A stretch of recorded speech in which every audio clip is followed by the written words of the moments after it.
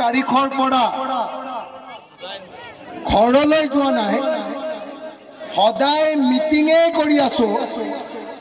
কেতিয়াবা সদিয়াত মিটিং কৰিছো, কেতিয়াবা ধুবুৰীত মিটিং কৰিছো, কেতিয়াবা বৰাকত হাইলাকান্দিত মিটিং কৰিছো, কেতিয়াবা কাৰ্বি আংলং ডিফুত মিটিং কৰিছো, কেতিয়াবা নগাঁৱত মিটিং কৰিছো, কেতিয়াবা শিৱসাগৰত মিটিং কৰিছো।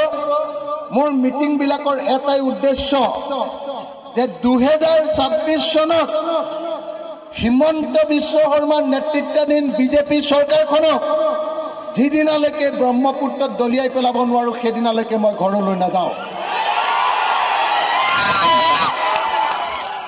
ভাল হ'বনে বেয়া হ'ব? ভাল হ'বনে বেয়া হ'ব? ভাল হ'ব। আমি বিজেপিক ব্ৰহ্মপুত্ৰত দলিয়াই পেলাব লাগে নে নাই? লাগে নে নাই? লাগে নে নাই? মই সকলো ৰাইজকে অনুৰোধ কৰিছো যে আমি বিজেপিক 2026 যিকোনো প্ৰকাৰে ব্ৰহ্মপুত্ৰত দলিয়াই পেলাব লাগিবই। লাগিব নে নাই? লাগিব নে নাই? লাগিব নে নাই? বিজেপিয়ে এখন চৰকাৰক শাসনলৈ অনা হয় জীৱন আৰু সম্পত্তি ৰক্ষা কৰিবৰ কাৰণে, হয়নে? বিজেপিয়ে সংখ্যালঘু মুছলমান ৰাইজৰ জীৱন আৰু সম্পত্তি এফালৰ পৰা ধ্বংস কৰিছে, হয়নে নহয়? আজি সংখ্যালঘু মুছলমান ল'ৰা এজন টুপি পিন্ধি, দাড়ি লগাই, লুঙি পিন্ধি হিঙৰ পৰা এই অঞ্চলৰ আপোনালোকৰ এডোখৰত কি কয়? হৰচলা।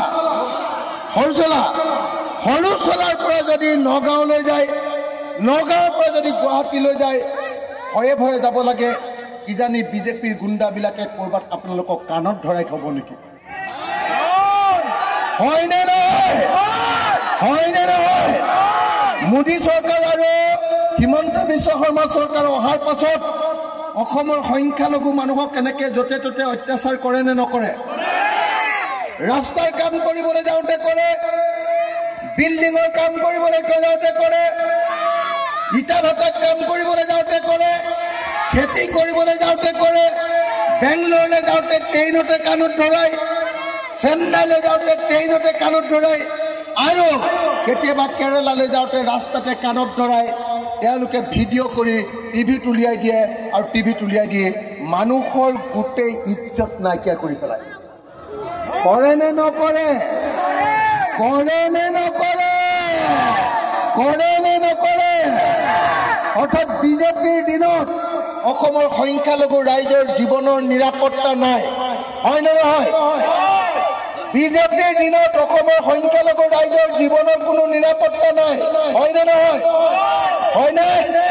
গতিকে আমি বিজেপিক ব্ৰহ্মপুত্ৰত দলিয়াই পেলাবই লাগিব। লাগিব নে নাই? আজি সংখ্যালঘু মানুহ এজনে যদি নদীত ঘৰ ভাঙে, নদীয়ে যদি ঘৰ ভাঙে, তেতিয়াহ'লে তেওঁ যদি চৰকাৰী মাটি এটুকুৰত যায়, লগে লগে হিমন্ত বিশ্ব শৰ্মাৰ বুলডোজাৰ ৰাখি তেওঁৰ ঘৰটো ভাঙি পেলাই নে নাই? তেনেকুৱা হাজাৰ হাজাৰ সংখ্যালঘু ৰাইজৰ ঘৰ ভাঙি পেলাইছে হিমন্তই।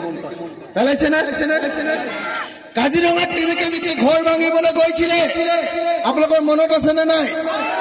কাজিৰঙাত যেতিয়া ঘৰ ভাঙিবলৈ গৈছিলে, মই মুছলমান খেতিয়কবিলাকক লগত লৈ হাজাৰ হাজাৰ পুলিচৰ সন্মুখত থিয় দিছিলো, পুলিচক ৰখাই দিছিলো, কৈছিলো সাৱধান, এটা মানুহৰ ঘৰটো হাত নিদিবা। পুলিচে আমাৰ কথা নুশুনি দুজনক গুলিয়াই দিছিলে, মোলেও গুলিয়াই দিছিলে। মোক ৰাইজে যেনে তেনে বচালে, মই বহুদিন জেলত থাকিলো। আৰু এনেকৈ বিজেপি চৰকাৰে এফালৰ পৰা সাধাৰণ মানুহৰ ঘৰ ভাঙি আহিছে নে নাই? আহিছে নে নাই? সেই বিপদৰ সময়খিনিত যেতিয়া ৰাইজৰ ঘৰ ভাঙে, সেই বিপদৰ সময়খিনিত অসমত এটাই ৰাজনৈতিক দল আছে, নামটো ৰাইজৰ দল।